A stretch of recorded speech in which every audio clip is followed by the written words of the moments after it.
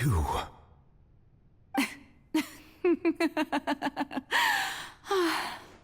Sorry.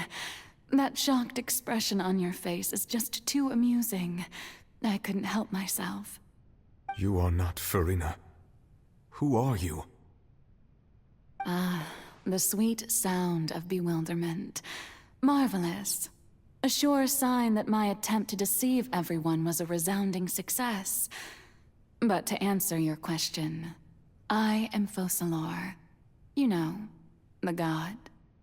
FOCALOR? Why did you deceive us? Oh, that wasn't my goal, of course. Goodness, no.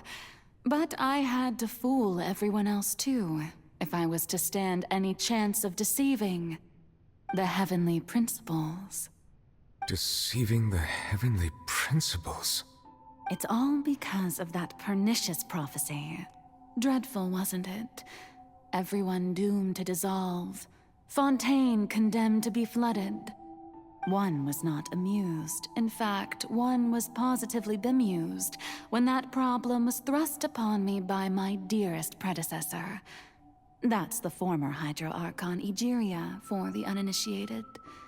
It hardly gets more disastrous than a preordained national catastrophe, now does it?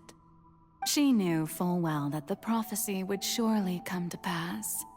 And as one of the seven, she also knew full well that one defies the heavenly principles at one's peril.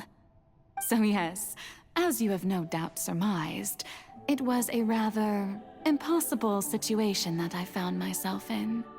I spent a terribly long time mulling it over, alone on the ocean floor. And I was almost growing barnacles by the time I finally realized there was only one possible solution to this confounding conundrum.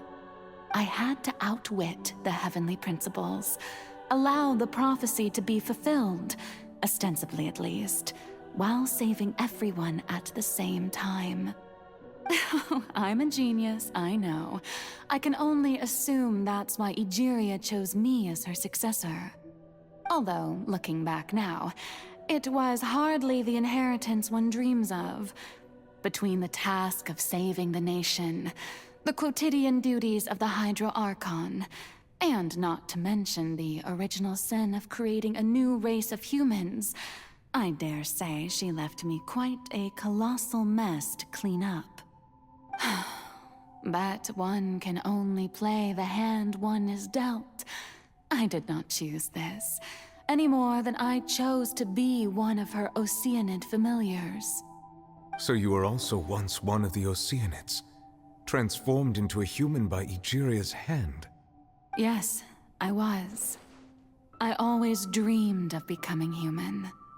And I still do, even now. In my eyes, to be human is to be part of the greatest opera ever known. After becoming a god, I separated my divinity from my body and spirit, leaving behind only a self that was as naive and bewildered as my past self on her first day as a human being.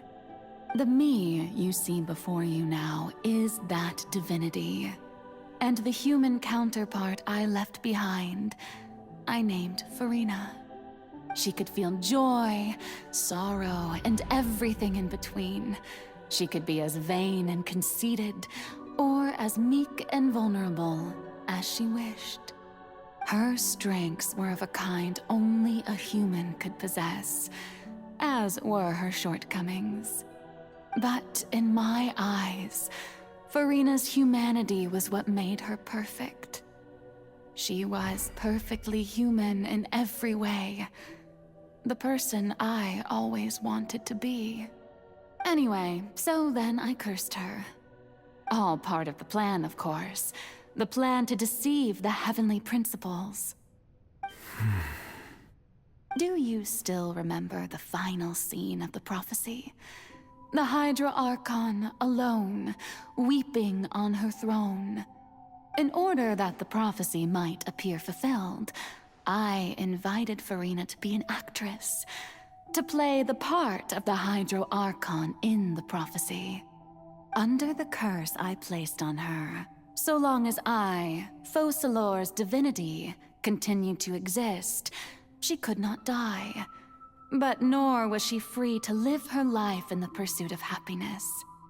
Instead, she was forced to take the stage in the opera house, to embrace the role of leading lady, to forever play the part of the god from the prophecy, all to create a deceitful appearance of that prophecy coming to pass.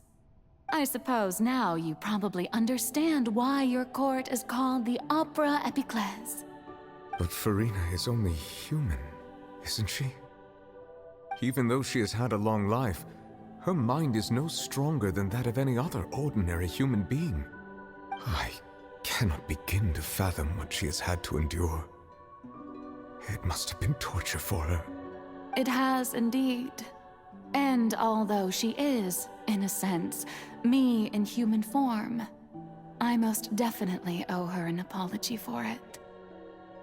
It's been 500 years, and all along, she's been playing her part in the most unimaginably long, unbearably lonely, and agonizingly painful opera of all time.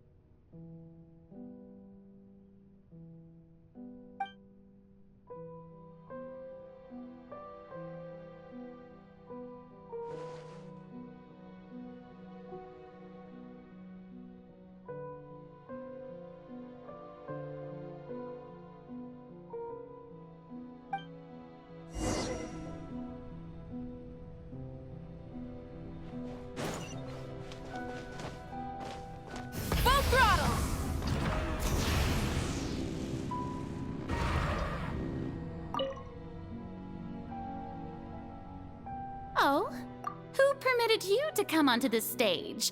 Now, I understand your admiration for my august self, but I must ask you to keep to the rules.